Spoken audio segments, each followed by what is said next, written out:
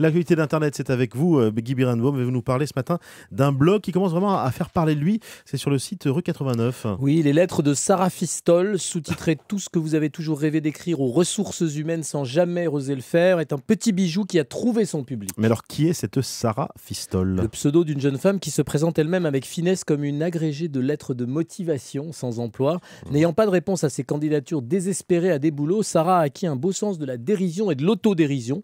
Mais au-delà de cet humour décapant, ce que partage Sarah, c'est la précarité de beaucoup de jeunes chômeurs qui ne savent plus comment faire pour trouver un travail. Sarah explique même avec violence qu'elle a souvent envie, en lisant une annonce, d'y répondre par un colis piégé, mais bien mieux. Elle a choisi d'écrire pour libérer sa révolte. Les mots de Sarah ne sont jamais inoffensifs, elle touche juste comme hier lorsqu'elle a publié une annonce insensée présentée comme une opportunité de travail dans la presse.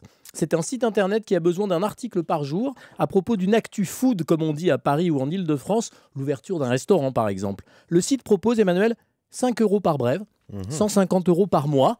Ah oui, L'annonce quand même. ajoute, idéal pour un ou une étudiante ou un ou une freelance passionnée de gastronomie. À ce prix-là, sûr qu'il faut être passionné. Alors Sarah Fistol répond, elle constate que l'annonce ne mentionne pas le prix des repas dont il faudrait rédiger des brèves C'est ça, ouais. culinaires. Elle demande s'il faut payer de sa poche et propose, vu ses moyens, de rédiger une brève sur les restos du cœur. Cela ne vous coûterait rien et mon récit vous permettrait peut-être d'avoir un aperçu de la réalité. Le peuple a faim, madame, monsieur. Est-il nécessaire de vous le rappeler ?